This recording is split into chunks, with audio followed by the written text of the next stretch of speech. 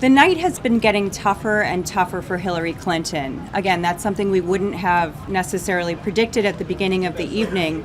And just looking at their two events that are going on in New York, you really see a feeling of optimism and uplift at Donald Trump's what could be a victory party, and what was supposed to be a victory party for Hillary Clinton is very quiet at the moment. Everyone is just watching to see what states get called next. Still a very nail-biting sort of race, not in the ways that we suspected that it might be. I was surprised that we were able to call Florida and North Carolina so decisively.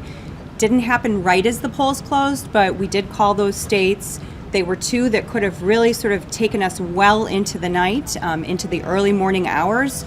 Turns out that wasn't the case, and right now we're really focusing on those Midwestern states to see what voters there have decided to do. In another sort of turn of events, the thinking going into this evening was that Donald Trump might drag down the rest of the Republican ticket, and that there was concern that the Republicans might not be able to hold the Senate.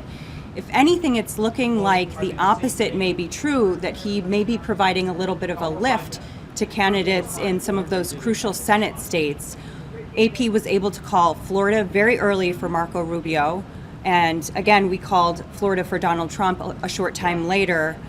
Richard Burr in North Carolina, same story. We called the race for him. We called the race for Donald Trump.